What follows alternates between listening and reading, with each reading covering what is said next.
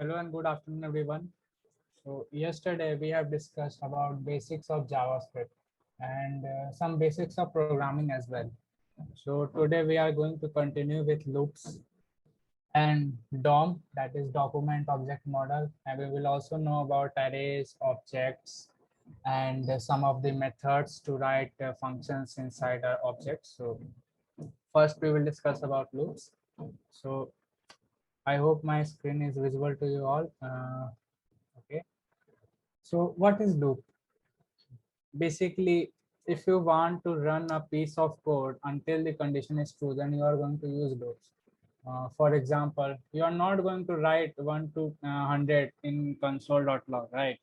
You need some kind of loop to iterate through it, and until the condition is until the I is less than 100, and the loop is going to repeat itself. So let's see this in coding. So just head to the Chrome and then type codepen.io.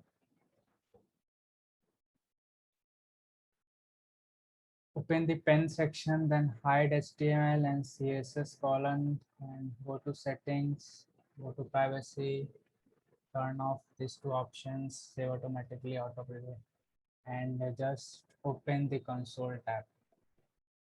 So our ID is ready, and just imagine if I want to write to 1 to 100, 1 से 10 तक हमें लिखना है, तो हम लोग ऐसा थोड़ी करेंगे कि बार बार कंसोल डॉट लॉग लिखेंगे, कंसोल डॉट लॉग 1, ऐसा ऐसा हम लोग कोई भी आर्ग्यू कर सकता है कि हम लोग 10 बार तो लिख ही सकते हैं, लेकिन फॉर एग्जांपल आप 1 लाख बार लिख सकते हैं।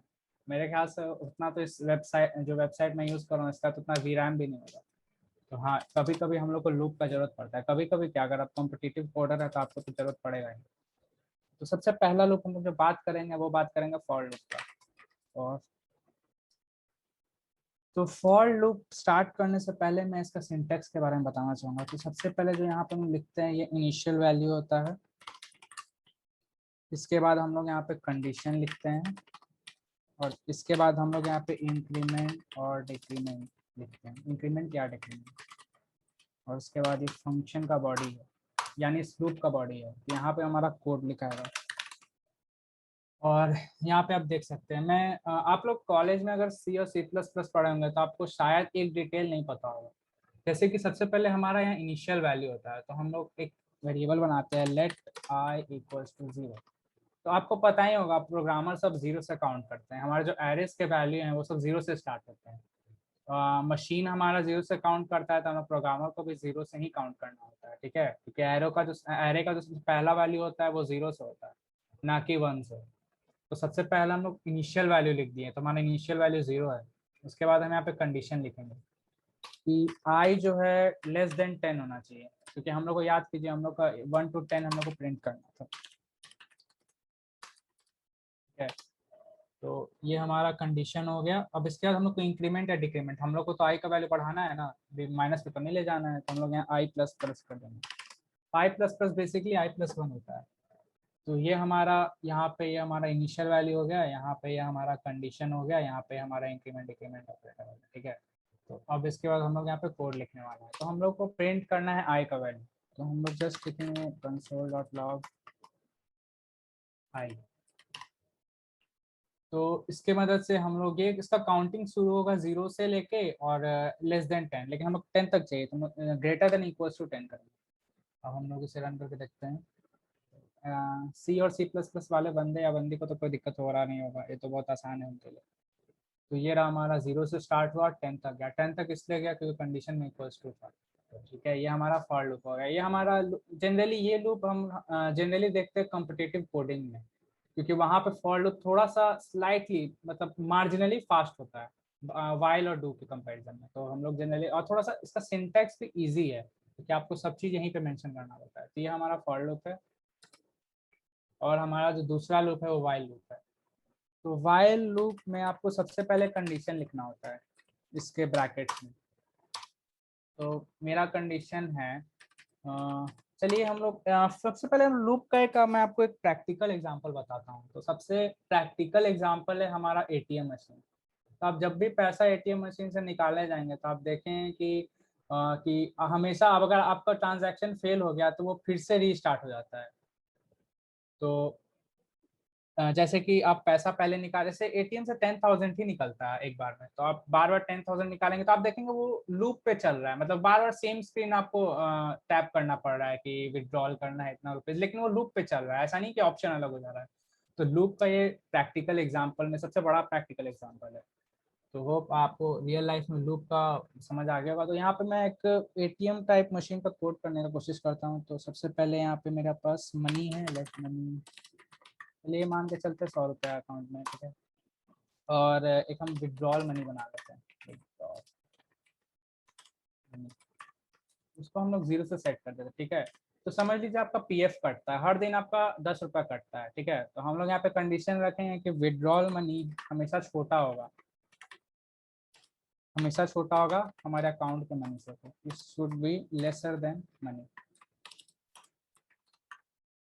तो ये हमारा कंडीशन हो गया। अब हम लोग यहाँ पे लिखेंगे हम लोग अब मनी मनी में से माइनस कर देंगे हमारा विड्रॉल मनी, कि ऐसे ही ये वर्क करता है, money minus withdrawal money.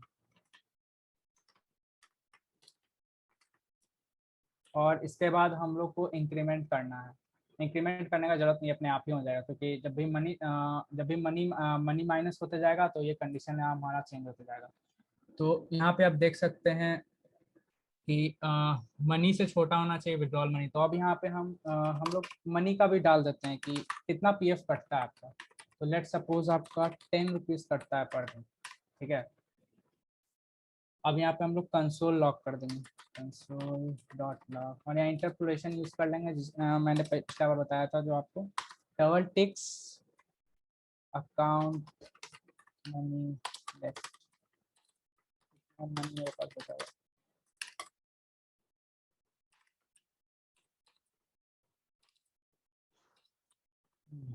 Money.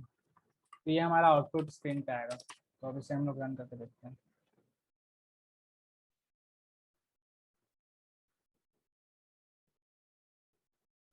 तो यहाँ पे मैंने स्पेलिंग का मिस्टेक कर दिया। यहाँ पे स्पेलिंग मिस्टेक है, ह्यूमन एरर।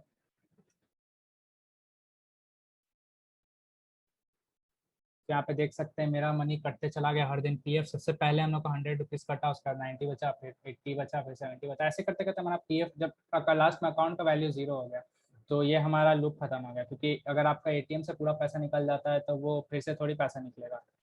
तो ये हो गया हमारा वाइल लूप। ये पहले कंडीशन चेक करता है, उसके बाद कोड रन करता है, उसके बाद उसमें आप इंक्रीमेंट डिक्रीमेंट ऑपरेटर डाल सकते हैं। फिर हमारा एक होता है डू वाइल लूप, जैसा कि यहाँ देख सकते हैं। तो डू वाइल और वाइल दोनों में क्यों यूज करते हैं, तो एक सिंपल सा अंतर होता है दोनों के बीच में। उससे पहले मैं आपको दिखाना चाहूंगा एक चीज। डू वाइल, यहाँ पे हमारा कंडीशन होगा, ठीक है। तो लेट्स से हमारा विड्रॉल मनी है वो ज़्यादा है हमारे नॉर्मल अकाउंट में जितना बैलेंस है उससे, ठीक है। तो कंसोल डॉट लॉग, एटीएम पहले ट्राई करता है, ऐसा थोड़ी है कि बिना बैलेंस चेक किए ही हो जाता है। ट्राइंग टू चेक बैलेंस, ठीक है। तो यहाँ पे मैं 2 वेरिएबल बना देता हूँ। लेट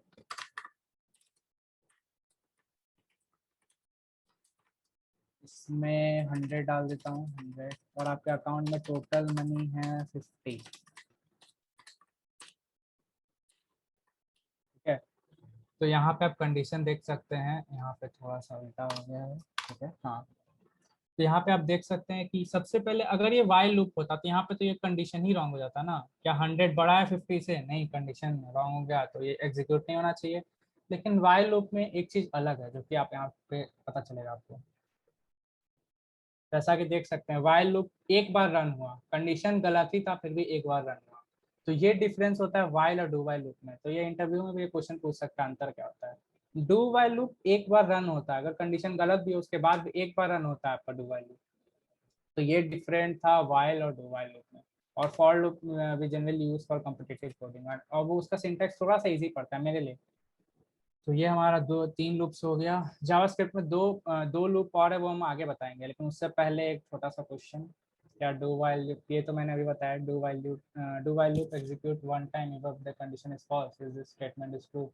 तो इसका आंसर आप लोग मन में सोच के रखिए, अगर आ गया तो अच्छा बात है, नहीं आया तो एक बार आप जो वीडियो अपलोड होगा उसे आप यूट्यूब पे देख लीजिएगा। तो नाउ अब हम लोग एरेस का बात करेंगे। तो हाँ, अगर आपने सी और या सी प्लस प्लस पढ़ा है तो उसमें आपको एक चीज पता होगा कि एरे कंटेन करता है multiple elements of same data type. ये सी और सी प्लस का डेफिनेशन था एरे का। लेकिन जावास्क्रिप्ट में एक चीज अलग है। वो चीज क्या अलग है मैं आपको दिखाता हूँ। लेट ए आर मैंने एक वेरिएबल बना दिया, और ये जो ब्रैकेट दे रहे हैं इससे पता चलता है जावास्क्रिप्ट को कि ये एरे है। अब यहाँ पे हम नॉर्मल एरे बना लिए, ठीक है, यहाँ तक तो किसी को कोई दिक्कत नहीं होगा, एक नॉर्मल एरे है। और अगर नहीं भी पता तो ऐसे एरे बनता है, अगर आप नए हैं प्रोग्रामिंग में तो ये ऐसे एरे बनता है। सी और सी प्लस तो थोड़ा सा अलग है, लेकिन जावास्क्रिप्ट में ऐसे एरे बनता है। तो यहाँ पे हम लोग जावास्क्रिप्ट का बात कर रहे हैं। तो यहाँ पे ए आ रहा, यहाँ पे सी और सी प्लस प्लस वाले बंदे को कोई दिक्कत नहीं होगा, एकदम नॉर्मल चीज़ है ये। नहीं तो यहाँ पे आप देख सकते हैं हमारा एरे प्रिंट हो गया, कोई बात, तब नॉर्मल चीज़ है। लेकिन यहाँ पे एक चीज़ अलग होने वाला है। मैं यहाँ पे एक स्ट्रिंग को ऐड कर रहा हूँ, एक फ्लोट को ऐड कर रहा हूँ, और एक कैरेक्टर को भी ऐड कर देता हूँ। अब आपको लग रहा होगा कि ये तो सी और सी प्लस प्लस में ऐसा तो नहीं होता है, वहाँ तो सेम डेटा टाइप होना चाहिए अगर एरे है तो। लेकिन जावास्क्रिप्ट में नहीं, ऐसा नहीं होता है। जावास्क्रिप्ट में आप कुछ भी रख सकते हैं, यानी उसको मतलब नहीं है वो न्यूमरिक है कि स्ट्रिंग है या फ्लोट है। जैसा आप देख सकते हैं कोई एरर नहीं थ्रो हुआ, ये परफेक्टली फाइन है जावास्क्रिप्ट में। तो यहाँ पे एक डिफरेंस आता है सी प्लस प्लस और सी के कंपैरिजन में जावास्क्रिप्ट से। तो जावास्क्रिप्ट में आप डिफरेंट डेटा टाइप्स भी डाल सकते हैं एक एरे में। ये है थोड़ा सा डिफरेंस। तो अब मैं आपको बताने वाला हूँ इसके कुछ छोटे छोटे मेथड्स भी है। जैसे आपको जानना है कि जो हमारा एरे जो फंक्शन है उसका लेंथ क्या है। लेंथ मतलब कितना एलिमेंट्स है इसमें, तो यानी 1 2 3 4 5 6 7 8 में जावास्क्रिप्ट में एक बिल्ट इन मेथड है, उसको हम लोग लेंथ कहते हैं। जिन्होंने जावा पढ़ा है उनको तो ये बहुत ही आसान लग रहा होगा। तो यहाँ पर मैं रन करके दिखाता हूँ आपको। मैनुअली काउंट किए थे तो 8 वैल्यू आया था, और यहाँ पे देख सकते हैं 8 वैल्यू आया। तो ये एक छोटा सा मेथड था या फंक्शन आप कह सकते हैं। और हमारे पास एक और है सॉर्टिंग का। तो सॉर्टिंग करने से पहले मैं ये दोनों को हटा देता हूँ, क्योंकि स्ट्रिंग और कैरेक्टर का कोई नीड नहीं है सॉर्ट करने के लिए। तो यहाँ पे मैं इसको सॉर्ट कर देता हूँ। तो मैंने सॉर्ट कर दिया। तो अगर आप सब कोई भी आप लोग में से डीएसए पढ़ रहा है तो आप लोग bubble sort, selection sort, merge sort, insertion sort और मतलब ये सब ऐसा सब सॉर्टिंग टेक्निक जरूर पढ़े होंगे। तो ये उसी टाइप का टेक्निक में से एक यूज हो रहा है। ये बेसिकली कि असेंडिंग ऑर्डर में सॉर्ट कर दे रहा है। तो यहाँ बेसिकली आप देख सकते हैं तो पहले ही असेंडिंग ऑर्डर में। तो चलिए मैं थोड़ा सा यहाँ पे अलग अलग नंबर भी डाल देता हूँ। 0 10 9। अब मैं इसे रन करूंगा तो आप देखेंगे सारा जो नंबर है इस एरे में वो सब असेंडिंग ऑर्डर में सॉर्ट हो जाएगा। यहाँ देख सकते हैं 0 1 10। ओके, यहाँ पे कुछ प्रॉब्लम हुआ है।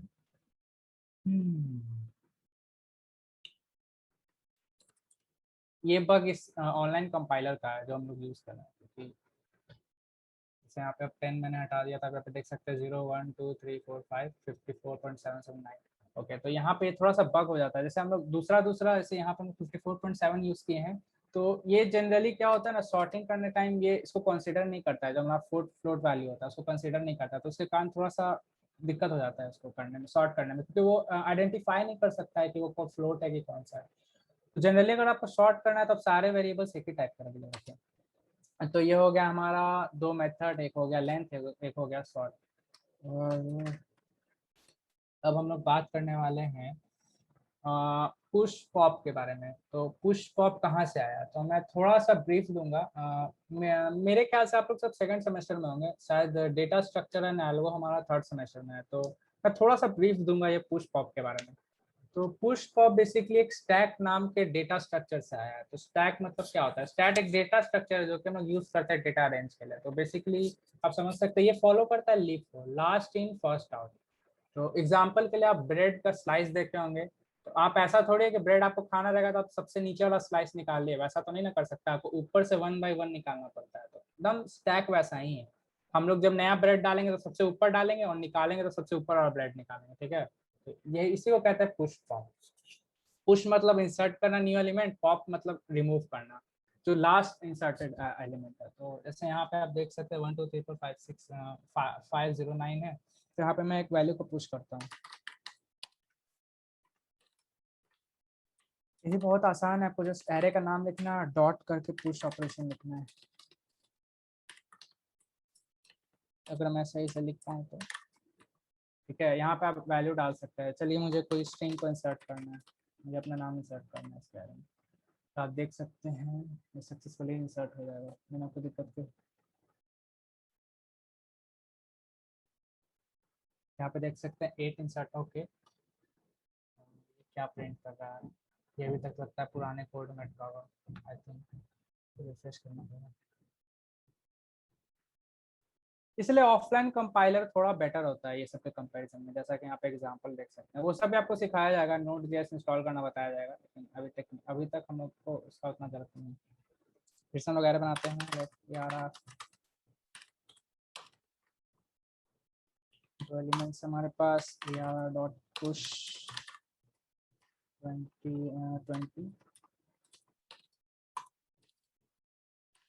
करेंगे।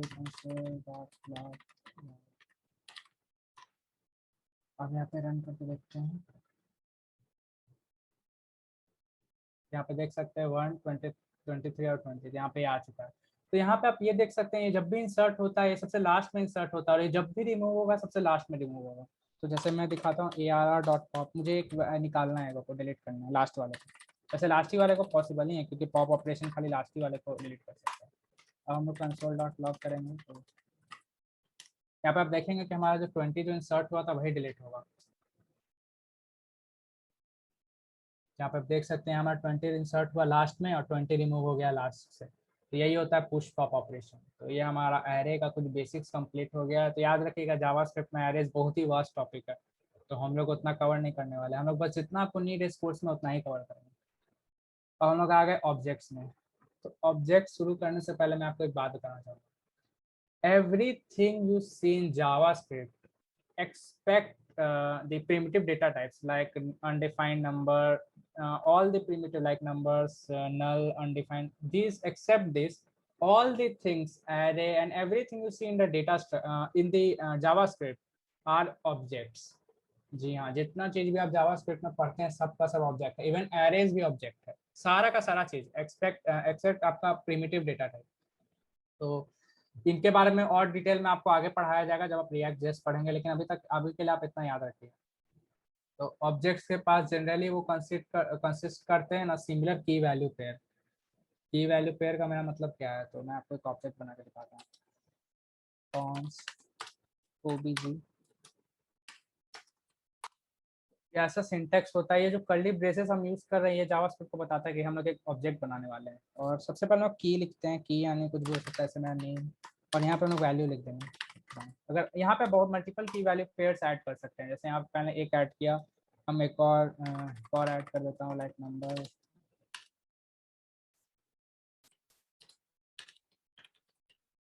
ये हमारा एक और हो गया। अब हम लोग एक चीज़ और करते हैं, लैपटॉप कुछ भी डाल सकते हैं। तो ये हमारा ऑब्जेक्ट बन गया, ठीक है। तो आप यहाँ पे देख सकते हैं जो हमारा नेम है इसको हम लोग की कहते हैं, और ये जो हमारा वैल्यू उसको हम लोग पेयर कहते हैं। तो ये इसको हम लोग कहते हैं की वैल्यू पेयर। तो object is basically has the key value pair and everything in JavaScript is object. Okay, इतना तक क्लियर होगा। तो हाँ, ये आपको भी लग रहा होगा कि थोड़ा रटने वाला चीज़ है, रटने वाला चीज़ नहीं, आप टेंशन नहीं लीजिए, जैसे ही आप रिएक्ट पे आइएगा आपको सब चीज़ क्लियर हो जाएगा जो जो मैं आप बोल रहा हूँ। तो ये हमारा ऑब्जेक्ट बन गया, ठीक है। तो यहाँ पे थोड़ा डिटेल्स लिखा हुआ है ऑब्जेक्ट के बारे में, ये सब मैंने बता चुका हूँ। तो अब हम लोग मेथड्स पे आते हैं। तो एक इंटरेस्टिंग बात है, आप लोग सब कंफ्यूज होते होंगे ना मेथड्स और फंक्शन में डिफरेंस क्या है। अगर नहीं भी होता तो मैं बता देता हूँ। जो अगर हम पहले हम सी प्लस प्लस और जावा के टर्म्स में बात करते हैं, तो आप लोग ने सी प्लस प्लस पढ़ा होगा, तो मैं उसी के टर्म्स में बात करता हूँ। तो जब भी आप क्लास में एक फंक्शन बनाते हैं ना, एक क्लास के अंदर फंक्शन बनाते हैं, तो उसको हम लोग कहते हैं मेथड। और जो बाहर जो प्रोसीजरल लैंग्वेज यानी सी में जो हम लोग बिना क्लास के जो बाहर जितना फंक्शन बनाते हैं वो सबको फंक्शन कहते हैं। यही डिफरेंस होता है, क्लास के अंदर जो हुआ वो सारा हमारा मेथड्स हो गया, और जो क्लास के बाहर हुआ वो सब हमारा फंक्शंस हो गया। तो ऐसे ही जावास्क्रिप्ट में भी एक चीज है, जावास्क्रिप्ट में हम लोग जो ऑब्जेक्ट के अंदर जो फंक्शन बनाते हैं उसको हम लोग मेथड्स कहते हैं, और जितना बाहरी जो फंक्शन होता है वो सबको हम लोग फंक्शन कहते हैं। तो होप इतना आपको क्लियर हो गया होगा कि मेथड्स और फंक्शन में कब आपको दिक्कत नहीं होगा। तो अब यहाँ पे हम लोग फंक्शन बनाते हैं, तो हम लोग सबसे पहले फंक्शन का नाम देंगे, सिंपल सा नाम देते हैं, जो हम लोग कल बनाया था, से हेलो। इसके बाद हम लोग आप आई होप कि सबको एरो फंक्शंस क्लियर होगा, तो हम लोग एरो फंक्शन यूज करने वाले हैं यहाँ पे।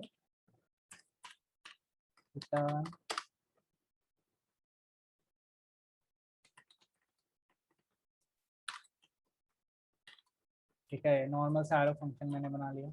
अब हमें इसको कॉल करना पड़ेगा, तो हम लोग जैसे ऑब्जेक्ट बनाते थे C++ में, वैसे हम लोग ओबीजे डॉट यहाँ पे से हेलो ना करके कॉल कर सकते हैं, और ब्रैकेट्स दे देंगे क्योंकि हम लोग एक मेथड को इन्वोक कर रहे हैं। अगर हम लोग ब्रैकेट नहीं देंगे तो वो पूरा बॉडी को लिख देगा, तो जो उसके अंदर लिखा हुआ। तो आप देख सकते हैं हमारा हेलो प्रिंट हो गया। तो ऐसे हम लोग मेथड्स बनाते हैं एक ऑब्जेक्ट के अंदर। तो वैसे तो अगर हमारा कोर्स जो अगर जावास्क्रिप्ट पे स्पेसिफिक होता तो मैं आपको अब यहाँ पे क्लासेस बताता, कंस्ट्रक्टर बताता, सारे डिटेल्स बताता, लेकिन हम लोग का मेन फोकस है रिएक्ट जेएस पे, तो हम लोग उतना डीप में कवर नहीं करेंगे, जितना इनफ है उतना ही बताएंगे। तो ये हमारा ऑब्जेक्ट हो गया और उसके अंदर कैसे फंक्शन आते हैं। तो ठीक है, ये चीज हो चुका है, हम लोग एक्सेस कर लिए। अब हम लोग जानते हैं लूप्स, तो दो लूप्स और होते हैं इसमें। टेक्निकली एक लूप और होता है, लेकिन वो लूप में काउंट नहीं होता है, उसे हम लोग फॉर ईच कहते हैं। तो वो हम लोग को उतना जरूरत नहीं, इसलिए वो डिस्कशन नहीं होगा। हम लोग यहाँ फॉर ऑफ और फॉर इन, ये दो लूप के बारे में बात करेंगे, ठीक है। तो जो हमारा फॉर ऑफ लूप है, ये जो हमारा फॉर ऑफ लूप है, ये बेसिकली हम लोग एरेस के लिए यूज करते हैं। क्यों? क्योंकि एरेज मतलब बेसिकली ये लूप एरेज के लिए बना है, ताकि आपको उतना लिखना ना पड़े, इनिशियल वैल्यू नहीं लिखना पड़े, फिर कंडीशन, फिर इंक्रीमेंट, इतना लिखने का कोई जरूरत ही नहीं है। ये समझ लीजिए एक शॉर्ट फॉर्म है, शॉर्ट फॉर्म है यूज करने के लिए। तो कुछ नहीं करना, आपको सबसे पहले फॉर लिख देना है, फॉर के बाद आपको एक एन लिख देना है जो कि एक्सेस करेगा सारे एलिमेंट्स को उस एरे। पहले मुझे एक एरे बनाना पड़ेगा। Let's say const arr equals to 1 2 3 4 5, ठीक है। तो अब मैं पहले आपको बताता हूँ, अगर हम लोग पुराने तरीके से करते तो हम लोग को एक और वेरिएबल बनाना पड़ता, let i equals to 0, i should be less than arr dot length and i plus plus console dot log arr i. तो ये है हमारा नॉर्मल, बिना फॉर ऑफ लूप के हम लोग नॉर्मल प्रिंट करके देख रहे हैं। तो यहाँ पे देख सकते हैं सारा वैल्यू प्रिंट हो गया है, ठीक है। तो ये हमारा नॉर्मल तरीका है, लेकिन इतना मैं क्या कहूँ, आपको एक्स्ट्रा वेरिएबल बनाने की जरूरत ही नहीं है। आप डायरेक्ट सिंपल लिखेंगे फॉर, यहाँ पे नाम लिख देंगे जो कि एक्सेस करेगा एलिमेंट्स को एन ऑफ arr, यहाँ पे कौन से एरे का बात हो रहा है, बस ये लिखे आपका काम हो गया, आपको कुछ नहीं करना। कंसोल डॉट लॉग एन, बस। अब मैं इसे रन करके आपको दिखाता हूँ, लॉग क्लियर। यहाँ पे देख सकते हैं सेम आउटपुट, लेकिन ये कितना शॉर्ट एंड सिंपल है। यहाँ पे देख सकते हैं, यहाँ पे मतलब एक इटरेटर डालना पड़ता है जो कि सारे एलिमेंट्स को एक्सेस करता है, और बस ऑफ लिख के एरे का नाम डालना पड़ता है। तो ये हमारा फॉर ऑफ लूप है। तो बेसिकली हम लोग ये एरेस के ही लिए यूज करते हैं, ठीक है, और आपको जनरली और कहीं देखने के लिए नहीं मिलेगा। तो ये हमारा फॉर ऑफ लूप आप देख चुके हैं, इतना ईजी है नहीं। अब हम लोग आएंगे, एक और लूप है हम लोग के पास जो कि है फॉर इन लूप। तो जैसे कि वो फॉर ऑफ लूप हमारा एरेस के लिए था, वैसे ही फॉर इन लूप हमारा ऑब्जेक्ट्स के लिए है, ठीक है। ऑब्जेक्ट एक्सेस करना नॉर्मल लूप से थोड़ा सा नाइटमेयर टाइप है, तो मैं आपको वो नहीं दिखाऊंगा क्योंकि उसमें थोड़ा टाइम लगेगा। मैं आपको सीधे फॉर इन लूप का कमाल दिखाता हूँ। तो सबसे पहले, उससे पहले हम लोग ऑब्जेक्ट बना लेते हैं, कॉन्स्ट ओजे लेट्स कुछ मैं वैल्यू ले लेता हूँ, स्पेलिंग गलत भी हो सकता है, माफ कीजिएगा, हम लोग का टाइम भी फोकस करेंगे।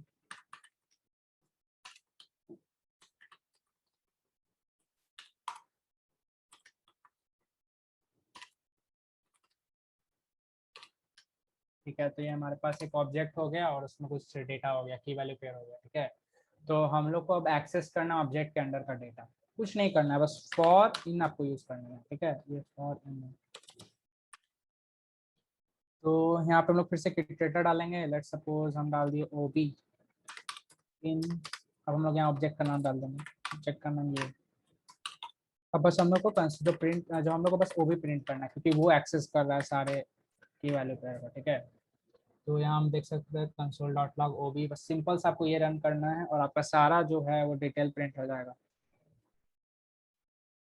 तो आप यहाँ पे एक चीज देखेंगे, हमारा ये यहाँ पे की प्रिंट हुआ है, राइट, लेकिन आपको तो इसका वैल्यू चाहिए ना, की का हम लोग को उतना काम थोड़ी होता है, हमें तो वैल्यू का काम होता है। ये तो जस्ट लाइक कि मैंने यहाँ पे वेरिएबल का नाम प्रिंट कर दिया, डेटा प्रिंट नहीं किया, तो उसको प्रिंट करने के लिए आपको ब्रैकेट में ओबीजी और आपको स्क्वायर ब्रैकेट देना पड़ेगा, वहां पर आपको भी लिखना पड़ेगा। तो ऐसे आप उसके वैल्यू पेयर को भी एक्सेस कर सकते हैं।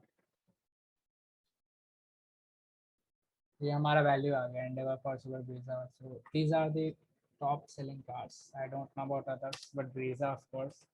तो अब हम लोग इंटरपोलेशन करके दिखाते हैं इसको नाइस वे में कैसे लिखेंगे। तो is dollar sign curly braces and value is,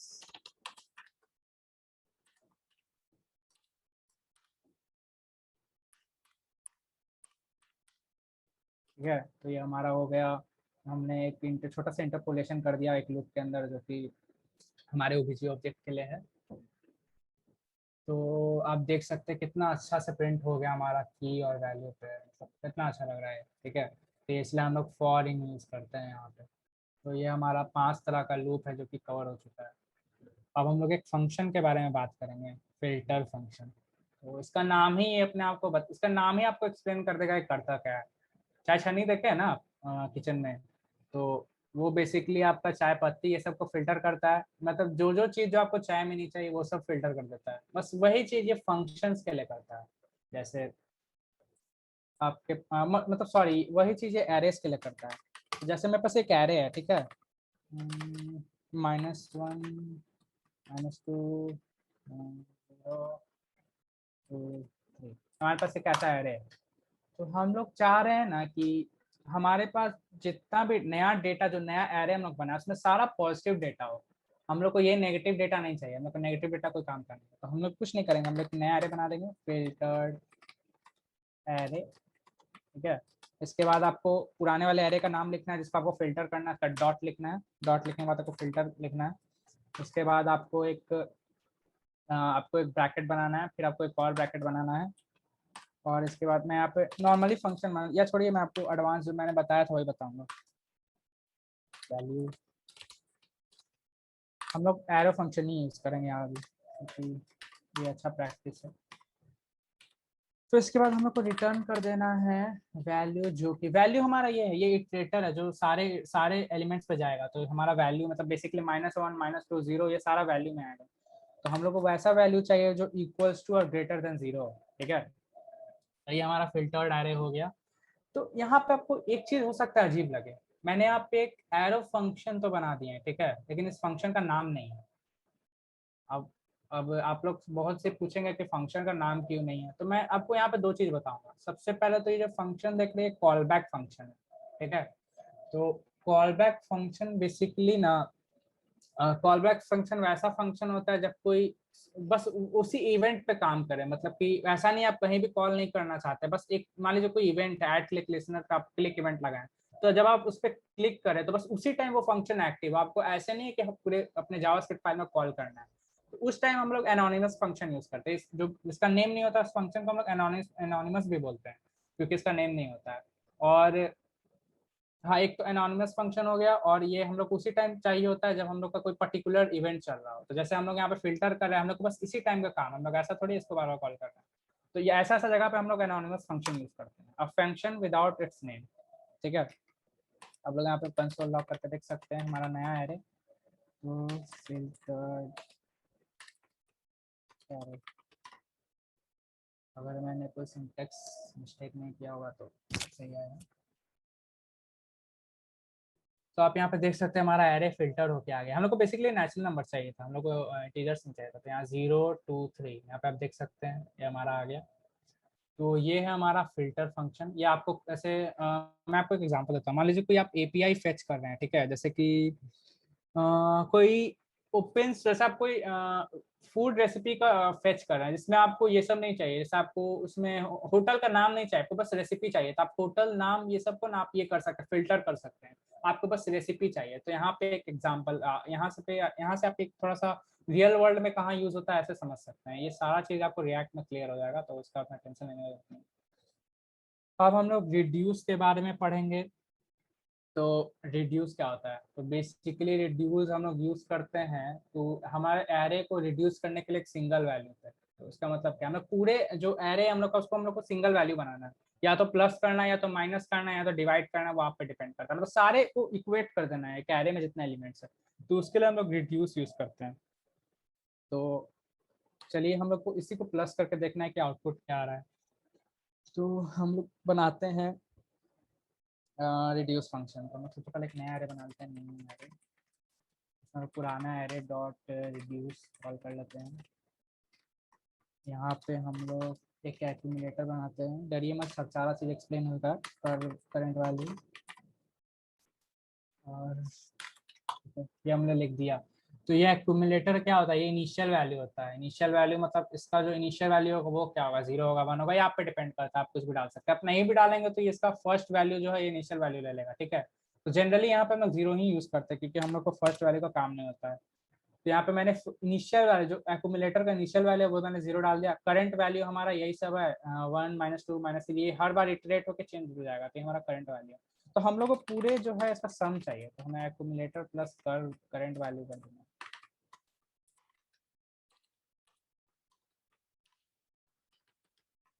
ठीक है, अब मुझे इसको प्रिंट करके रखना है। कंसोल डॉट लॉग ऐसे रन कर देता हूँ।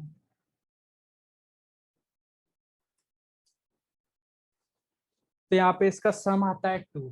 तो बेसिकली आप देखें ये सारे एलिमेंट्स को रिड्यूस करके एक एक सिंगल वैल्यू में ले आया। तो ये सारे का अगर आप सम करेंगे तो 2 आएगा। जैसे मैं क्या कर सकता हूँ, -3 + 5 क्या होता है? 2 होता है। क्योंकि माइनस का जो माइनस का नंबर है वो छोटा है, तो यहाँ पे मतलब बॉड मास यूज, अच्छा मैं ये भी बता रहा हूँ, ठीक है। तो ये हमारा रिड्यूस फंक्शन है। तो रिड्यूस फंक्शन और फिल्टर फंक्शन आई होप आप लोग को समझ आ गया होगा। फिर हमारा एक आता है मैप फंक्शन, ठीक है।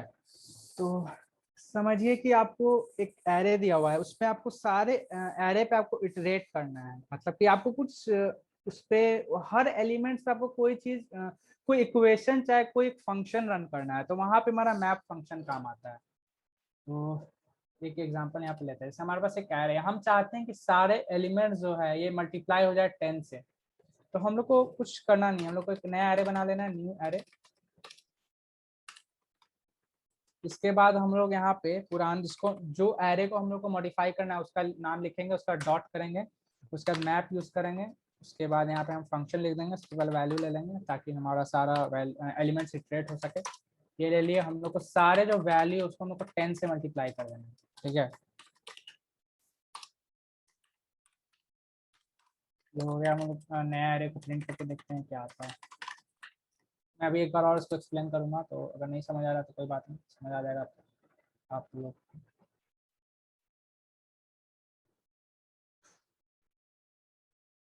ठीक है, तो यहाँ पे मैं एक बार फिर से इसको रन करके देखता हूँ।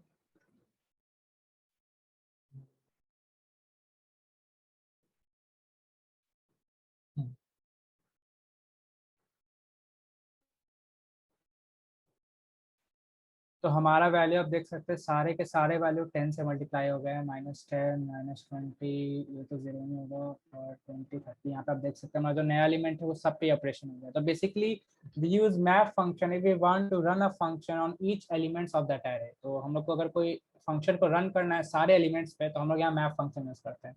तो ये जो मैप फंक्शन है ना, ये आपको जो कंपोनेंट्स में काम आएगा। जब आप कंपोनेंट्स बनाइएगा और आपको री रेंडर करना पड़ेगा सारे कंपोनेंट्स, मैं रिएक्ट की बात कर रहा हूँ। अच्छा, मैं थोड़ा सा आपको वो आउटर देता हूँ। तो रिएक्ट में बेसिकली हम लोग एक वेबसाइट को हम लोग कंपोनेंट्स में डिवाइड कर देते हैं। तो जब हम लोग कंपोनेंट्स में डिवाइड करते हैं तो आप रिएक्ट का खूबी यही है कि आपको एक चीज रिपीट करने की जरूरत नहीं है, बस एक कंपोनेंट बना लीजिए, उसको बार बार रीरेंडर कर सकते हैं। तो ये रीरेंडर हम लोग मैप फंक्शन की मदद से करते हैं, ताकि हम लोग जस्ट मैप हो जाए सारे, जितना भी उसका कंपोनेंट है और जितना भी हम लोग न्यू बनाना चाहते हैं सारे पे मैप हो जाए, सारे पे एक बार चल के एक फंक्शन चला दे। तो वहां पे मैप फंक्शन यूज होगा। तो रिएक्ट के बेसिस पर हम देखेंगे तो मैप फंक्शन थोड़ा सा इंपॉर्टेंट है। तो यहाँ पे हमारा मैप फंक्शन खत्म हो गया। अब हम लोग आते हैं डॉम पे। तो डॉम क्या होता है? डॉम को हम लोग कहते हैं डॉक्यूमेंट ऑब्जेक्ट मॉडल।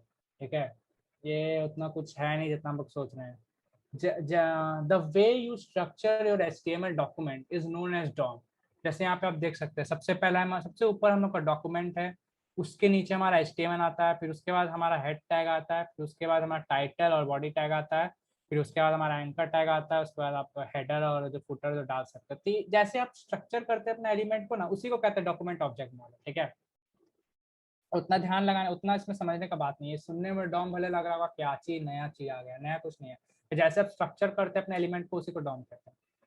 तो यहाँ पे आप देख सकते हैं छोटा सा डेफिनेशन इंग्लिश में, the HTML DOM standard object model and programming interface for HTML। तो डॉम से हम लोग के पास कुछ कुछ अच्छा चीज भी आ सकता है। जैसे आप HTML एलिमेंट्स को आप ऑब्जेक्ट्स के रूप में एक्सेस कर सकते हैं अपने जावास्क्रिप्ट फाइल में, और हमारे पास कुछ प्रॉपर्टीज भी आ जाते हैं, मेथड्स भी आ सकते हैं, मेथड्स भी आ जाते हैं और इवेंट्स भी आ जाते हैं। तो ये सारे को हम लोग डिटेल बाय डिटेल जानेंगे। ठीक है, तो अब ये वाला स्टार्ट करने से पहले मैं आपको बताऊंगा आपको कुछ कुछ सेट करना पड़ेगा। ठीक है, तो हम लोग अब आएंगे ऑफलाइन ऑफलाइन कंपाइलर में आएंगे। ऑफलाइन कंपाइलर नहीं, वैसे तो वो रहेगा गूगल क्रोम में। गूगल क्रोम में हमारा V8 इंजन आता है, बेसिकली जावास्क्रिप्ट का कंपाइलर। V8 इंजन को जावास्क्रिप्ट का कंपाइलर कहते हैं, जो क्रोम में रहता है।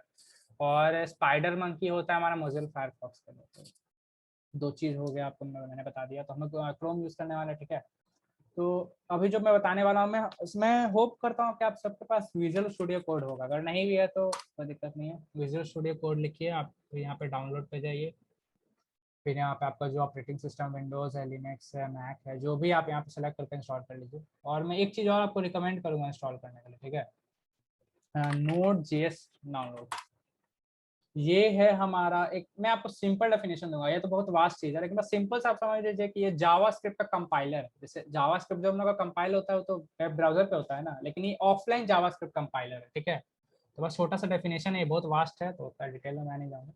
तो यहाँ पे आप देख सकते हैं नोड है। यहाँ पे अगर आपका विंडोज है 32 बिट है तो ये सिलेक्ट कीजिएगा, और अगर 64 है तो ये सिलेक्ट कीजिएगा। मैं इसका लिंक दे देता हूँ जूम पे। ये आज आज इसका काम तो नहीं पड़ेगा, लेकिन हाँ उसका काम पड़ेगा विजुअल स्टूडियो कोड का। ठीक है, तो मैं यहाँ पे लिंक दे दिया, जैसा आपका ऑपरेटिंग सिस्टम है उस हिसाब से आपको डाउनलोड कर लेना है। तो ये हमारा हो गया दो चीज़ जो आपको करके रखना है, और हम विजुअल स्टूडियो कोड के ऊपर बढ़ेंगे। तो सबसे पहले आप अपने होम स्क्रीन पे आ जाएगा, डेस्कटॉप पे आ जाइएगा। उसके बाद आपको एक नया फोल्डर बना लेना है, न्यू फोल्डर जावा स्क्रिप्ट। इसका नाम आप कुछ भी रख लीजिए, मैं जावा स्क्रिप्ट टेक रख लूँगा।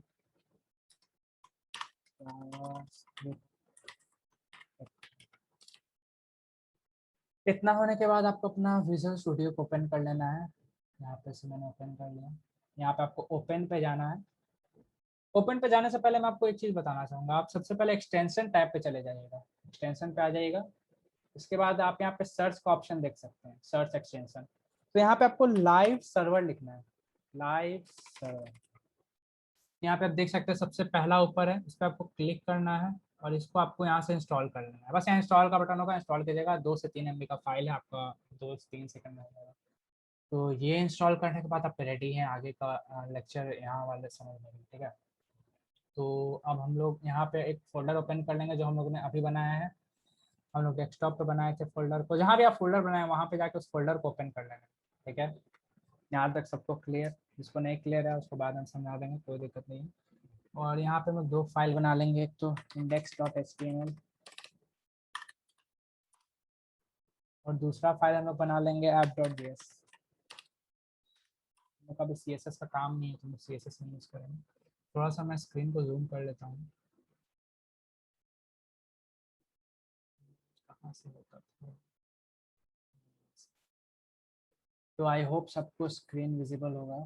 तो सबसे पहले यहाँ पे हमारे पास एक एमेट नाम का एक एब्रिविएशन होता है जो कि बॉयलर प्लेट कोड लिखने में आसानी करता है। तो हम लोग को कुछ नहीं करना है, हम लोग को बस एक्सक्लेमेशन मार्क देना है। तो यहाँ पे आप देख सकते हैं यहाँ पे एमेट एब्रिविएशन आ गया, उसको देने के बाद आपको इंटर करना है। तो कैसे देना है, आपको शिफ्ट दबाना है और शिफ्ट दबा के आपको 1 वाला बटन दबा देना है जहाँ एक्सक्लेमेशन का जो सिंबल है, तो दबा के इंटर कर देना। ये हमारा बॉयलर प्लेट कोड आ गया। तो आई होप कि HTML क्लास जब आप पढ़ेंगे तो आपको सारा चीज़ यहाँ पे एक्सप्लेन हो जाएगा। ठीक है, तो जावा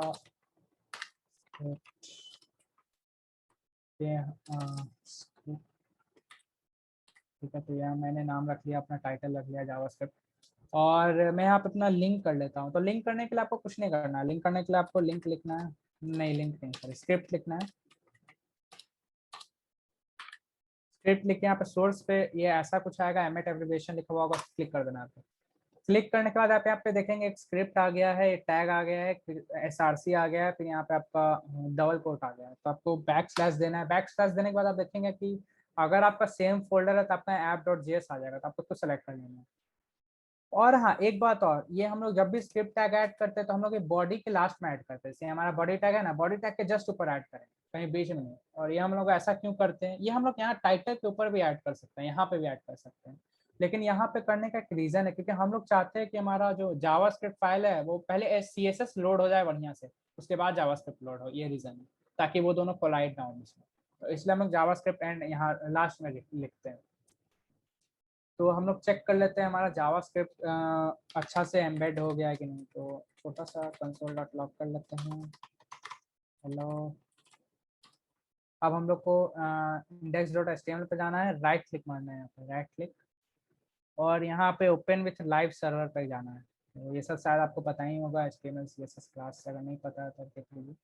ये हमारा खुल चुका है हमारा क्रोम। अब हम यहाँ पे हम जाएंगे, इंस्पेक्ट पे जाएंगे, और यहाँ कंसोल देख सकते हैं हेलो। तो अगर मैं इसको थोड़ा सा और जूम कर देता हूँ,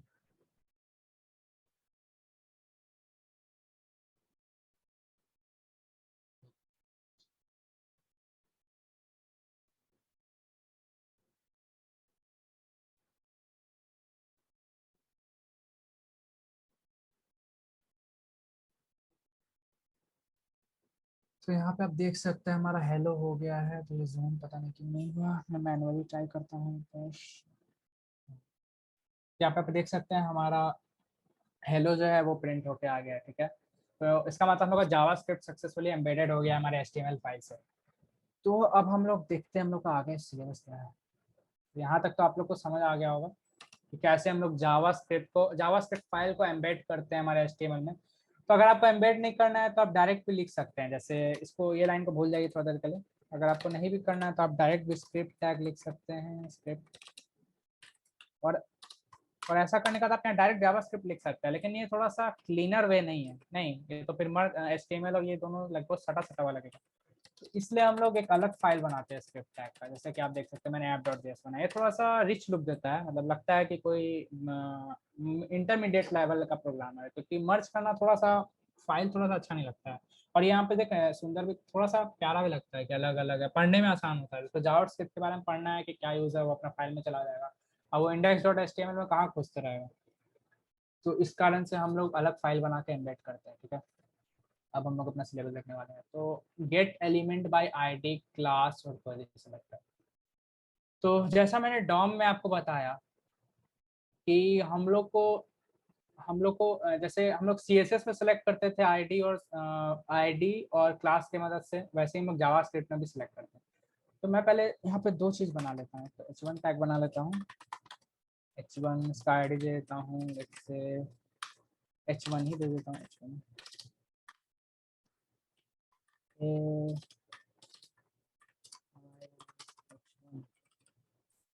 और एक मैं यहाँ पे बटन बना लेता हूँ, बटन। बटन का आईडी दे देता हूँ मैं बिटिया क्लिक मी। तो मैंने दो चीज़ बना लिया है, यहाँ पर देख सकते हैं। इसको सेंटर टैग की मदद से सेंटर कर लेते हैं। उनको नहीं पता, वो सेंटर टैग बेसिकली यूज करते हैं जितना एलिमेंट्स है हमारे जितना जितना हम कवर अप कर रहे हैं बीच में वो सारे सेंटर में हो जाएंगे। जैसे यहाँ मेरा एक बटन है और यहाँ पे H1 टैग जो ऊपर रह गया है। तो हमारा जो जितना भी बीच में रैप है सेंटर, ओपन सेंटर टैग और क्लोज सेंटर टैग वो सारे बीच में आ जाएंगे। तो यहाँ पे आप देख सकते हैं AIM-H1, ठीक है। अब जैसा कि हम लोग CSS में सेलेक्ट करते थे हमारे H1 टैग को, वैसे ही हम लोग जावास्क्रिप्ट में सेलेक्ट कर सकते हैं, ठीक है। तो कैसे सेलेक्ट करेंगे? तो बहुत ही आसान चीज़ है। तो सबसे पहले मैं आपको यहाँ पे लेके जाना चाहूँगा हमारे ऊपर वाले स्लाइड में। यहाँ पे आप सबसे ऊपर क्या देख रहे हैं, जो डॉक्यूमेंट ऑब्जेक्ट मॉडल में सबसे पहले हमारा डॉक्यूमेंट है, ठीक है। उसके बाद आप देखिएगा डॉक्यूमेंट के अंदर हमारा जितना भी H1 टैग है चाहे एंकर टैग है, ये सारे हमारे डॉक्यूमेंट के अंदर है, ठीक है ना। तो ऐसे ही कुछ समझ लीजिए हम लोग उसको एक्सेस करने वाले हैं। तो सबसे पहले तो हम लोग एक वेरिएबल बना लेते हैं, const h1 इक्वल्स टू। अब हम लोग सबसे ऊपर क्या तैयार किए, सबसे ऊपर हमारा डॉक्यूमेंट था, ठीक है। तो हम लोग डॉक्यूमेंट लिखेंगे, उसके बाद हम लोग डॉट लिखेंगे। डॉट लिखने के बाद हम लोग को क्या चाहिए, हम लोग को गेट एलिमेंट बाय आईडी से चाहिए, है ना। कि हम लोग ने हाँ हम लोग ने आईडी बनाया H1, तो हम लोग को गेट एलिमेंट बाय आईडी। तो हम लोग अब एक मेथड है उसमें कहते हैं गेट एलिमेंट बाय आईडी, तो हम लोग वो यूज करेंगे। तो गेट एलिमेंट बाय आईडी, उसके बाद हम लोग आईडी का नाम लिख देंगे। आईडी का नाम है हमारा H1। ऐसे हम लोग जावास्क्रिप्ट फाइल में एक्सेस करते हैं। तो आपको तो CSS के बारे में पता ही होगा। CSS में अगर आपको आईडी से एक्सेस करना है तो आप जस्ट लिखते हैं #H1। तो ऐसे हम लोग CSS में एक्सेस करते थे, लेकिन जावास्क्रिप्ट में एक्सेस करने के लिए थोड़ा सा लेंदी प्रोसेस है, क्योंकि जावास्क्रिप्ट में ये सारे जो कंपोनेंट्स आप देख रहे हैं ये सारे एक ऑब्जेक्ट के रूप में आते हैं, बेसिकली इंटरप्रेट होते हैं। तो यहाँ पे आप देख सकते हैं H1, मैंने H1 जो है उसको यहाँ पे ले लिया हूँ। तो हम लोग देखते हैं कि हम लोग का वर्किंग है कि नहीं। तो हम लोग H1.inner HTML लिखेंगे, इनर टेक्स्ट लिखेंगे। बेसिकली जो इनर टेक्स्ट है जो यहाँ पे देख रहे हैं, हे आई एम H1, ये हमारा इनर टेक्स्ट है। तो यही है, यहाँ पे हम चेंज करके देखते हैं, हे आई एम डिक्लाइन। यहाँ पे देखते हैं तो यहाँ पे देख सकते हैं सक्सेसफुली ग्रैब हो गया। अभी तो मैं इसे अपडेट कर पाया, जैसे आप CSS में करते थे, उसको ग्रैब करके कलर वलर जो भी चेंज करना आप कर सकते थे, वैसे ही मैं यहाँ पे अपने H1 को ग्रैब किया हूँ और उसका वैल्यू चेंज किया हूँ। तो ये हमारा ऐसे हम लोग एक मेथड तो ये है, एक मेथड तो ये है gate element by ID grab करने के लिए। हमारे पास 2 मेथड्स और है, वैसे तो है 4 मेथड्स और है, लेकिन हम लोग उतना डिस्कशन नहीं करेंगे क्योंकि ऑनेस्टली उतना जरूरत नहीं है आपको, ये तीनों इनफ है। एक क्लास नेम है, क्लास नेम तो आईडी जैसा है, लेकिन जब आप क्लास यूज कर रहे हैं तो आप क्लास नेम वाला यूज कर रहे हैं। लेकिन मैं जो रिकमेंड करता हूँ वो क्वेरी सिलेक्टर है, ये वाला। अब मैं ये क्यों यूज करता हूँ, क्योंकि आप ये दोनों के लिए यूज कर सकते हैं, ठीक है। मैं एक एग्जांपल देता हूँ, ठीक है। तो यहाँ पे जो जो हमारा आईडी है, इसको मैं आईडी हटा के यहाँ पे क्लास कर देता हूँ, क्लास। तो क्वेरी सिलेक्टर में आपको बेसिकली गेट एलिमेंट आईडी की जगह पे क्वेरी सिलेक्टर वाला मेथड कॉल करना है, क्वेरी सिलेक्टर। और जैसा कि आप CSS फाइल में करते थे, अगर आपका वो आईडी होता था तो आप हैश यूज करते थे और क्लास होता था डॉट यूज करते थे, बस वहाँ यहाँ पे यही चीज अंतर आता है। तो ये आईडी है तो हम लोग हैश यूज करेंगे, ठीक है। अब हमारे पास एक बटन है जो कि एक क्लास में है, डॉक्यूमेंट डॉट क्वेरी सिलेक्टर, और क्लास में है तो हम लोग डॉट यूज करेंगे, ठीक है, डॉट btn। तो अभी आप देख सकते हैं, अभी तुम जो पहले जो मैंने यहाँ पे लिखा था index.html अभी वही है, ठीक है। अब मैं यहाँ पे इसका इनर HTML चेंज करूंगा। तो h1.inner HTML इनर टेक्स्ट। अभी मैं आपको ये भी बता दूंगा कि इनर HTML और इनर टेक्स्ट में अंतर क्या होता है, वो सब का टेंशन नहीं लेना। इनर टेक्स्ट न्यू टेक्स्ट, इसी तरीका से मैं यहाँ बटन का भी इनर टेक्स्ट चेंज कर सकता हूँ। तो btn.inner text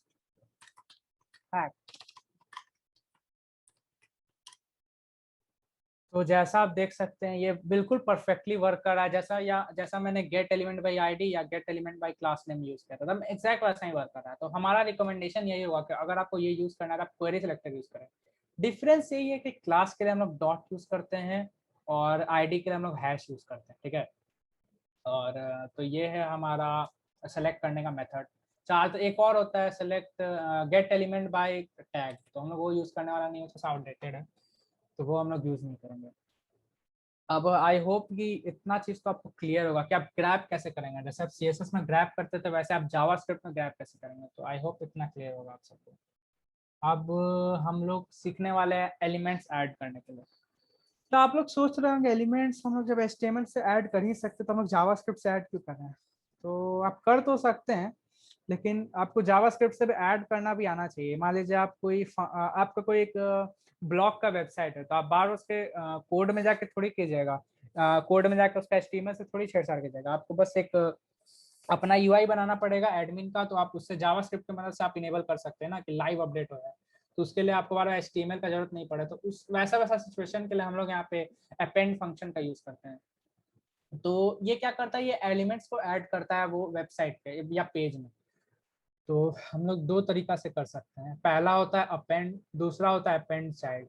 तो अपेंड क्या होता है, तो you can add strings elements like div anchor tag and you can even add multiple elements with the help of comma। तो बेसिकली आप अपेंड के मदद से स्ट्रिंग्स को ऐड कर सकते हैं, नंबर्स को ऐड कर सकते हैं, एलिमेंट्स को add like div anchor tag, ये सब एलिमेंट्स को ऐड कर सकते हैं। मल्टीपल एलिमेंट्स भी आप एक बार में ऐड कर सकते हैं कॉमा की मदद से। तो ये सारा चीज अपेंड करता है। लेकिन एक चीज और होता है यहाँ पे, अपेंड चाइल्ड। तो हम यहाँ अपेंड चाइल्ड क्यों यूज करते हैं, तो अपेंड चाइल्ड बेसिकली हमारा जो टीम का रिकमेंडेशन है वो आपको अपेंड ही रिकमेंड करेगा, क्योंकि अपेंड चाइल्ड थोड़ा सा लिमिटेड है। जैसे आप यहाँ पे बस टैग्स ही को, जैसे div एंकर टैग, यही सबको आप ऐड कर सकते हैं। आप मल्टीपल एलिमेंट्स को या स्ट्रिंग्स नंबर्स ये सब को ऐड नहीं कर सकते हैं। तो हमारा रिकमेंडेशन होगा अपेंड यूज करना। तो ये वर्क कैसे करता है, वर्किंग इसका आसान है। सबसे पहले मैं यहाँ बॉडी टैग को ग्रैब कर लेता हूँ ताकि मैं उसमें अपेंड कर सकूँ। कौन बॉडी डॉक्यूमेंट बॉडी, क्योंकि डॉक्यूमेंट के अंदर ही हमारा बॉडी टैग है। ये मैं बॉडी को ग्रैब कर लिया हूँ। तो उसके बाद मैं बॉडी टैग में अपेंड करूँगा, अपेंड div, और उसके बाद मैं div तो ब्लैंक है तो कुछ दिखेगा तो है नहीं, तो मुझे यहाँ पे div को कुछ देना भी पड़ेगा।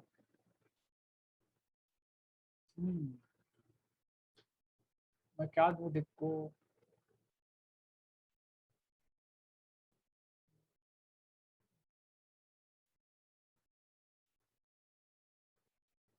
ठीक है।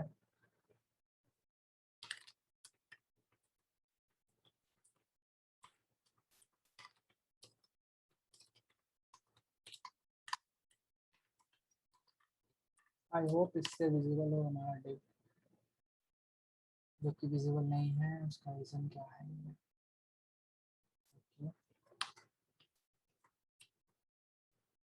तो यहाँ पे आप देख सकते हैं हमारा div विजिबल हो गया है।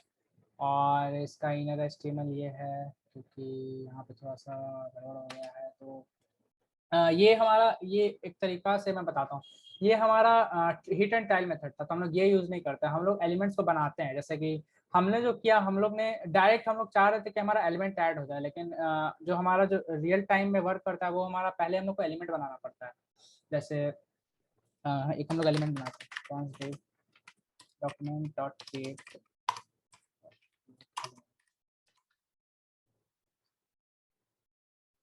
मुझे div टाइप का एलिमेंट बनाना है। तो ये यहाँ मैंने बना तो दिया, लेकिन ये हमारा बस हम लोग ने बनाया है, उसको अभी तक इंटीग्रेट नहीं किया हमारे HTML में। तो हम लोग उसको अब इंटीग्रेट करेंगे। तो बॉडी डॉट अपेंड, हम लोग यहाँ अपेंडिंग यूज करेंगे, अपेंड चाइल्ड यूज करेंगे, अपेंड div, ठीक है। और मैं div का इनर HTML भी डाल देते हैं कुछ टेक्स्ट।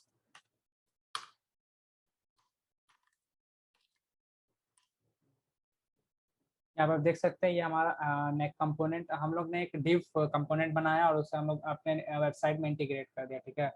तो ऐसे आप बना सकते हैं। तो अब मैं बताने वाला हूँ कि इनर टेक्स्ट और इनर HTML में अंतर क्या होगा, ठीक है। तो सबसे पहले इनर टेक्स्ट, आपने जैसे, मैंने जैसा लिखा वैसा यहाँ पे आ गया, ठीक है। अगर हम लोग चाहते हैं कि हमारा यहाँ पे HTML एट्रीब्यूट्स भी काम करें, फॉर एग्जाम्पल हम यहाँ पे स्ट्रॉन्ग लिख देते हैं। स्ट्रॉन्ग से बेसिकली बोल्ड हो जाता है, ठीक है। तो यहाँ पे आप देख सकते हैं ये डायरेक्टली एक स्ट्रिंग की तरह इसको यहाँ पे लिख दिया, लेकिन हम लोग को ऐसा नहीं चाहिए। हम लोग चाह रहे हैं कि एक HTML एट्रीब्यूट जैसा है, तो उसके लिए हम लोग को बस यहाँ पे टेक्स्ट को हटा के HTML कर देना। आप देख सकते हैं यहाँ ये बोल्ड हो गया। तो ये दो डिफरेंस है। इनर डॉट HTML जो है, इनर HTML है, ये जो हमारा HTML टैग है उसको रिकॉग्नाइज करता है, उसको कन्वर्ट करता है HTML एट्रीब्यूट में, उसके बाद शो करता है। लेकिन जो हमारा इनर टेक्स्ट है वो बेसिकली प्लेन टेक्स्ट ही को डाल देता है। तो ये हमारा अंतर है इनर HTML और इनर टेक्स्ट में। तो आई होप ये भी क्लियर हो गया होगा आप सबको। तो इस तरीका से हम लोग एलिमेंट्स बनाते हैं, और इस तरीका से हम लोग नया एलिमेंट्स बना के अपने पेज पे डाल सकते हैं। तो ये एक तरीका हो गया। और भी तरीके हैं, लेकिन जो जो इम्पोर्टेंट है मैं आपको वही बता रहा हूँ। तो जैसे कि हम लोग ऐड कर सकते हैं, वैसे हम लोग को रिमूव करने का भी चाहिए ना। अब ऐसा थोड़ी है कि सारे ऐसे, आप चलिए एक एग्जांपल, एक ब्लॉग साइट है आपका, आप चाहते हैं कि जो 2019 से पहले जो, हाँ 2019 तो बहुत अच्छा साल था, ठीक है, 2019 से पहले जो आप चाहते हैं जितना आपका पोस्ट आप चाहते हैं वो डिलीट हो जाए, तो उसको डिलीट होने के लिए भी तो आपको कुछ चाहिए ना, मतलब कोई फंक्शन चाहिए ना। तो उसी का काम करता है हमारा रिमूव फंक्शन। जैसे कि आप यहाँ पे देख सकते हैं, ये हमारा समझ लीजिए कोई ब्लॉग पोस्ट है ही, हम चाहते हैं डिलीट हो जाए। तो आपको कुछ नहीं करना है, इसका नाम लिखना है div डॉट रिमूव, बस बस यही यही करना है। तो देखिए यहाँ से गायब हो चुका है यहाँ से। एक तो आप ये कर सकते हैं, और एक और मेथड होता है रिमूव चाइल्ड, जो कि बहुत ही लेंदी और मैं किसी को रिकमेंड नहीं करता हूँ। तो पहले मैं यहाँ पे हटा दिया, देख सकते हैं कि वापस आ गया हमारा। और हम करेंगे बॉडी, ठीक है, बॉडी डॉट रिमूव चाइल्ड, यहाँ पे मुझे पास करना होगा div, ठीक है। तो यहाँ पे आप देखेंगे ये भी वही काम करता है, लेकिन ये थोड़ा सा बड़ा है। जब हमारे पास आईडी है ही उसका, तो या हमारे पास एक वेरिएबल है ही, तो हम लोग इतना बड़ा क्यों करें, हम लोग सीधे लिखेंगे div डॉट रिमूव, ठीक है। दोनों सेम वर्क करता है। हमारे टीम का रिकमेंडेशन होगा कि आप रिमूव यूज करें, जस्ट लाइक अपेंड यूज करें, थोड़ा सा बेटर अप्रोच रहेगा। और ठीक है, और हम लोग अब बात करेंगे एट्रीब्यूट्स के बारे में, ठीक है। एट्रीब्यूट्स जैसे आईडी, क्लास, फिर साइज, विड्थ, ये सब एट्रीब्यूट्स होता है।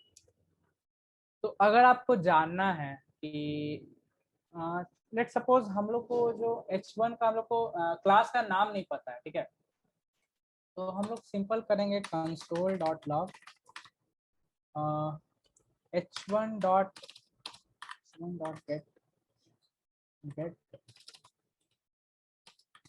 एट्रीब्यूट, और इसके बाद हम लोग यहाँ पे लिखेंगे हम लोग को कौन सा एट्रीब्यूट चाहिए। तो H1 हम लोग को आईडी चाहिए, उसका हम लोग को आईडी के बारे में पता नहीं है, तो हम लोग जस्ट लिखेंगे H1 डॉट गेट एट्रीब्यूट। और हम लोग अब कंसोल पे जाके देखते हैं कि वर्क किया है। तो आप यहाँ पे देख सकते हैं हमारा H1 आ गया है। तो ऐसे आप लोग एट्रीब्यूट के डिटेल्स निकाल सकते हैं। जैसे कि मुझे नहीं पता था कि उसका ये क्या है, मतलब उसका क्लास क्या है, उसका आईडी नेम क्या है, तो हम लोग ऐसे करके निकाल सकते हैं। ये बेसिकली ओपन सोर्स प्रोजेक्ट में काम, जैसे आप लोग मान लीजिए जावास्क्रिप्ट में काम कर रहे हैं, आप लोग नहीं चाहते हैं कि HTML वाले बंदे को कोई दिक्कत हो, तो आप ऐसे करके डायरेक्ट डिटेल्स निकाल सकते हैं, आपको उनका फाइल का जरूरत नहीं। हाँ, फाइल ऑफ कोर्स लिंक होना चाहिए, बिना लिंक के थोड़ी होगा। तो ये हमारा हो गया गेट एट्रीब्यूट। तो गेट एट्रीब्यूट है तो आप सेट एट्रीब्यूट भी कर सकते हैं। आपको मान लीजिए H1 नाम पसंद नहीं है, आपको लगा कि क्या फीका सा नाम है, H1 तो कितने सारे हो सकते हैं ना। तो यहाँ पे आप सिंपली आईडी लिखें, उसी यहाँ पे जो फिर से आपको कॉमा देके दो दे देना है, डबल कोट, और यहाँ आपको आईडी का नाम दे देना है। तो लिखना है मुझे ये फर्स्ट H1 था। तो ऐसे करके आप यहाँ पे एट्रीब्यूट को सेट भी कर सकते हैं, जैसा मैं आपको कंसोल में दिखाता हूँ। अब इसका नाम चेंज हो गया,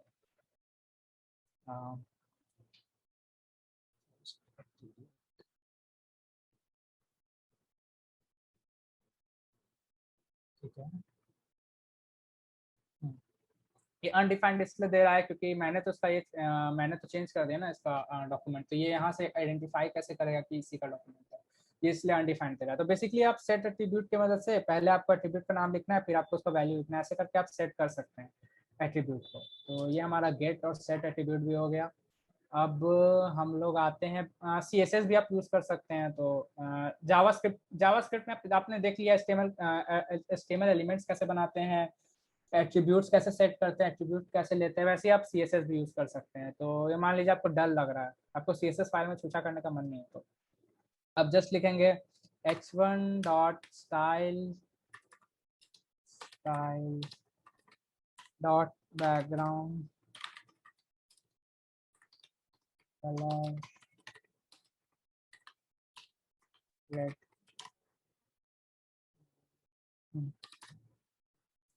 तो यहाँ पे देख सकते हैं हमारा बैकग्राउंड कलर रेड हो गया। तो इस तरीका का डॉट स्टाइल जो यहाँ पे मेथड है, इसके मदद से भी आप वैल्यू को चेंज कर सकते हैं। जैसे रेड मैंने कलर चेंज कर दिया, बैकग्राउंड व्हाइट से रेड कर दिया, ठीक है। तो ये हमारा हो गया removing elements, get set elements और अबाउट सीएसएस। अब हम लोग अपने लास्ट टॉपिक पे हैं। हमारा टाइम कितना हो गया है? तो टाइम लगभग खत्म है। जस्ट गिव मी 10 मिनट्स, ये 10 मिनट्स में खत्म हो जाएगा। ये आपको इस जो वीक का प्रोजेक्ट मिला है उसको कंप्लीट करने में ये थोड़ा सा मदद करेगा, इवेंट लिसनर्स। तो मैं आपको इवेंट लिसनर्स बता देता हूँ। तो ठीक है, सबसे पहले यहाँ पे मैं, आप लोग एथिकल हैकिंग का कोर्स भी कर ही रहे हैं ना, तो चलिए मैं उसका एग्जांपल लेता हूँ। हैक हैक, ठीक है। इंस्टाग्राम हैक नहीं कर सकते अगर आप वो सोच के वो वाला कोर्स कर रहे हैं, तो थोड़ा सा इसी पॉइंट वाला बात होगा आपके लिए। इंस्टाग्राम आईडी, ठीक है। तो यहाँ पे हमारा चेंज हो गया है। और अगर आप चाह रहे हैं कि आपको एक इवेंट लिसनर डालना है, ठीक है, हमारे बटन में, तो आपको कुछ नहीं करना है। यहाँ जो हमने बटन का वेरिएबल बनाया है, कॉन्स्ट बटन, फिर यहाँ पे हम लोग ने बटन सेलेक्ट किया है क्वेरी सेलेक्टर की मदद से, तो आपको बस BTN लिखना है। BTN लिखने का तो आपको डॉट पे क्लिक करना है। डॉट पे क्लिक करने का तो आपको ऐड इवेंट लिसनर लिखना है, ठीक है। ये यहाँ पे दो आर्गुमेंट एक्सपेक्ट करता है। एक तो सबसे पहला है इवेंट, तो हमारा चलिए क्लिक इवेंट यूज करते हैं। हम यहाँ पे क्लिक इवेंट यूज कर रहे हैं। और जो दूसरा होता है वो कॉल बैक फंक्शन यूज कर रहे हैं। तो कॉल बैक फंक्शन बेसिकली वो फंक्शन होता है जो, कॉल बैक फंक्शन वैसा फंक्शन होता है जो कि कॉल होता है कोई इवेंट ट्रिगर होने पे। जैसे यहाँ पे हम लोग क्लिक बटन कर रहे हैं, तो क्लिक एक इवेंट है, तो जब भी हम लोग ने क्लिक किया तो वो ये कॉल बैक फंक्शन कॉल हो गया, ठीक है। जैसे कि आपका फ्रेंड कॉल करता है, लेकिन आप जैसे उसका कॉल लॉग में कॉल देखते हैं, तो कॉल लॉग जो आप लोग उनका कॉल लॉग में जो उनका नंबर देखा, तो वो एक इवेंट ट्रिगर किया, आप लोग ने कॉल बैक कर लिया। बस वैसा ही समझिए। यहाँ जो क्लिक है, यहाँ पे इवेंट देखा, क्लिक हुआ, हाँ भाई क्लिक हुआ, क्लिक होने का क्या करना था भाई, कॉल बैक फंक्शन चला देना था, तो बस वो ये फंक्शन चला देगा, ठीक है। तो ऐसे हमारा इवेंट लिसनर काम करता है। ये जो क्लिक है यहाँ इवेंट लिसनर का नाम। तो हम लोग रिटर्न कर देते हैं alert, alert, hey Gautam hack your insta handle. इसे रिपीट कर देता हूँ। अगर आप वो कोर्स इंस्टाग्राम हैक करने के लिए सीख रहे हैं तो आप बहुत आपको डिसपॉइंटमेंट होगा। तो यहाँ पे आप देख सकते हैं, क्लिक करने पे यहाँ पे आप देख सकते हैं हमारा अलर्ट जारी हो गया है, hey Gautam hack your insta handle, ठीक है। ऐसे आप इवेंट लिसनर्स को इम्बेड कर सकते हैं या इवेंट लिसनर्स को डाल सकते हैं, ठीक है।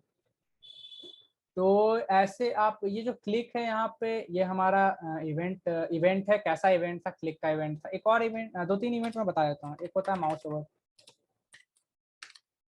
तो मैं जब भी इसके ऊपर जाऊंगा, माउस ओवर करूंगा, तो देखिए ये फिर से कॉल हो गया, ठीक है।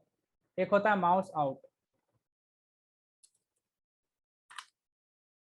तो यहाँ पे आप देख सकते हैं, जब जैसे ही मैं माउस हटाऊंगा इवेंट कॉल हो जाएगा, देखिए एक गौतम हैकर। इसी तरीके से कीवर्ड की का भी इवेंट होता है, बहुत सारा इवेंट होता है। मैं आपको एक एक चीज अभी बताने वाला हूँ जो आपको शायद इस वीक के प्रोजेक्ट में थोड़ा सा मदद कर दे। तो की प्रेस, की प्रेस, यहाँ से इवेंट कर लेते हैं, इवेंट। और यहाँ से मैं रिटर्न कर देता हूँ कंसोल इवेंट डॉट की, ठीक है। अब यहाँ स्पेक्ट पे जाते हैं और यहाँ पे थोड़ा सा मिस्टेक हो गया मुझे, इसमें बटर में नहीं बॉडी टैग में लगाना है, क्योंकि मैं अपना कीवर्ड का इवेंट लिसनर ट्रैक कर रहा हूँ, ठीक है। तो मैं जैसे यहाँ टाइप करूंगा, आप देख सकते हैं मेरे कंसोल स्क्रीन पे जो भी मैं बटन दबा रहा हूँ सारे के सारे यहाँ कंसोल पे आ रहे हैं, ठीक है। तो ये आपको हो सकता है थोड़ा सा मदद करे अगर आप जानना चाह रहे हैं कौन सा की प्रेस हो रहा है आपके वेबसाइट में, चाहे जब वो की प्रेस हो रहा था आप कुछ करना चाहते हैं तो वो भी इससे कर सकते हैं, इवेंट डॉट की के मदद से। और एक चीज़ लास्ट चीज़ मैं आपको बताना चाहूँगा कि कैसे आप कोई बटन पे क्लिक करें और आपको आउटपुट चाहिए उसका। तो जैसे मान लीजिए ये जो हैक बटन है, ये एफ बटन है, ठीक है। तो ये एफ बटन है और मैं चाह रहा हूँ जब भी इस बटन पे क्लिक हो हमारा अलर्ट अलर्ट आ जाए। तो यहाँ पे मुझे क्लिक करना है, क्लिक इवेंट करना है और यहाँ पे अलर्ट कर देना है मुझे भाई, F बटन प्रेस किया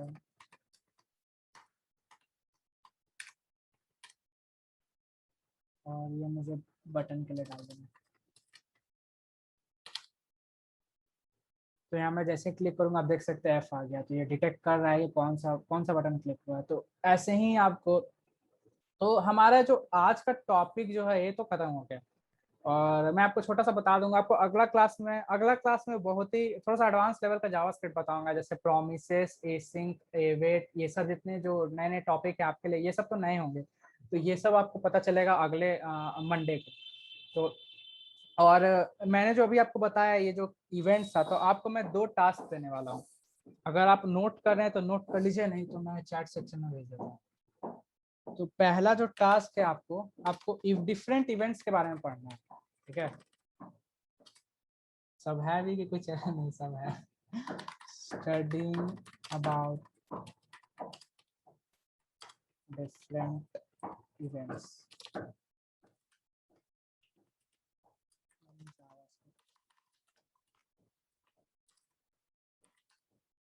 और जो दूसरा है वो आपको, जो अपूर्वा आर्य ने जो आपको प्रोजेक्ट दिया था कि आपको कीवर्ड एक कीबोर्ड बनाना था आपके HTML और CSS की मदद से, तो मैं चाहता हूँ आप कीबोर्ड का फंक्शनैलिटी भी डाल दीजिए उसमें, ठीक है।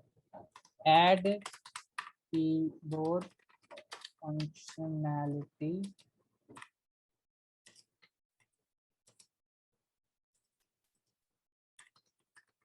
To the keyboard website.